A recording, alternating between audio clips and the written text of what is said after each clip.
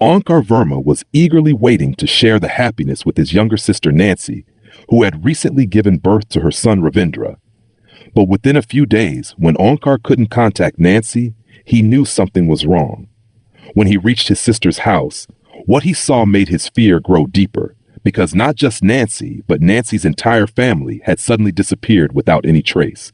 So let's learn more about today's case, which revolves around the Chohan family. Amarjit Chohan, also known as Anil, lived in West London with his wife Nancy and their child.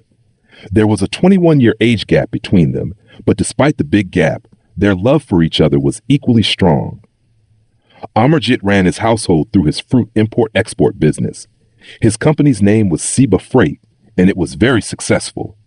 Being successful meant Amarjit was always busy, but no matter how busy he was, he always informed his wife Nancy about everything. He used to send her voice notes in Punjabi, saying things like, "I'll be late from office today," or "I have work tomorrow," so that she always knew what was happening. Nancy was very proud of her husband for who he was in the past and who he was now. She often wanted Amarjit to take early retirement so they could go back to India. There were two reasons. One, she herself wanted to return to India.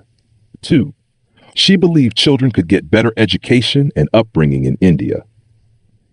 Nancy's desire to return to India grew stronger, especially after giving birth to their second son, Ravindra. Since Amarjit was busy and had no family in London to help Nancy, she had to raise the children mostly on her own. To help her, she brought her mother Charanjit Kaur from India to live with them in London. Nancy was the youngest daughter in her family, so everyone was very happy about her second child's birth.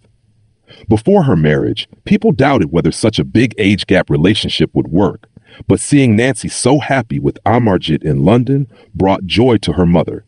She would even tell Onkar, Nancy's brother living in New Zealand, that his sister was very happy. Onkar often talked to Nancy on the phone, and he could sense genuine happiness in her voice. Still, he wanted to see it with his own eyes, and soon he was planning to visit her in London.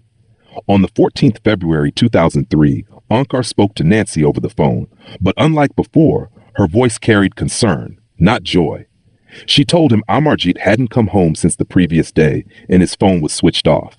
When Nancy called Seba Freight, employees told her Amarjit had gone to Holland for an urgent meeting. But Nancy knew something was wrong.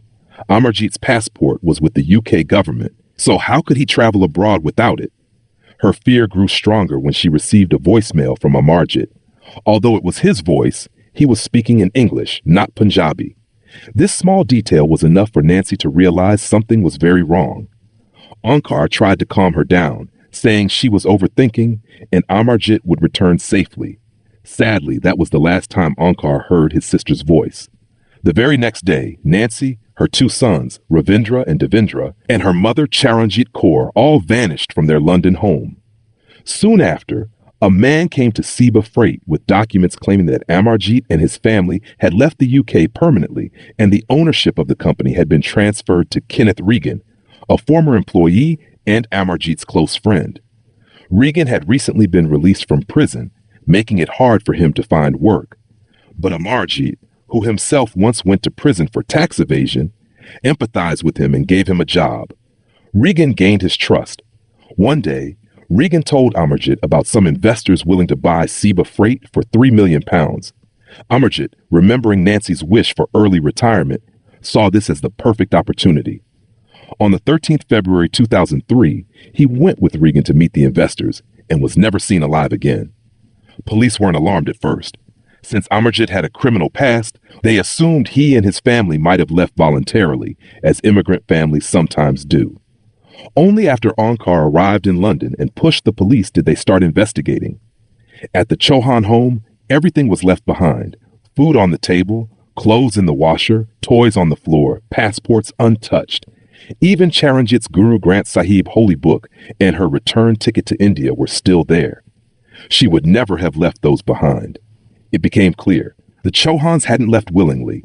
Months later, on the 22nd April 2003, a father and son fishing at sea discovered a floating body. It was Amarjit's, bound, gagged, and injured, murdered and dumped into the sea. Later, Nancy's body, July 2003, and Charanjit's November 2003 were also recovered. But the two children's bodies were never found. Police traced phone records. Regan's phone was at the same location as Amarjit's on 13th Feb, along with two other men, William Hornsey and Peter Rees, both criminals. When police searched Regan's house, they found it spotless. New carpets, new furniture, everything replaced. Suspicious. A breakthrough came from Belinda Browning, who said she had seen Regan and the others digging on her farm. When police investigated, they found strands of Amarjit's hair and Nancy's jewelry there. Finally, inside Amarjit's sock, police found a letter addressed to Regan's father's house.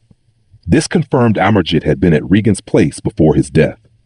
Police concluded, on 13th Feb, Regan lured Amarjit to his father's house, where Hornsey and Rees helped capture him. They forced him to sign blank papers, later used to fake ownership transfer of Seba Freight. Between 15 to 17 Feb, they murdered Amarjit. On the 17th Feb, they went to Amarjit's home and killed Nancy, her mother, and the two children. At first, the bodies were buried at Belinda's farm, but fearing discovery, they later dumped them into the sea. Regan's motive, take over Seba Freight and use it as a front for drug smuggling. Eventually, Regan and Hornsey were sentenced to life imprisonment and Rees to 23 years in prison. Onkar's dream of seeing his sister living a happy married life was destroyed by someone else's greed. I was told that Nancy's body was decomposed, but I insisted on seeing the body because for me it was not a skeleton. For me it was my baby sister.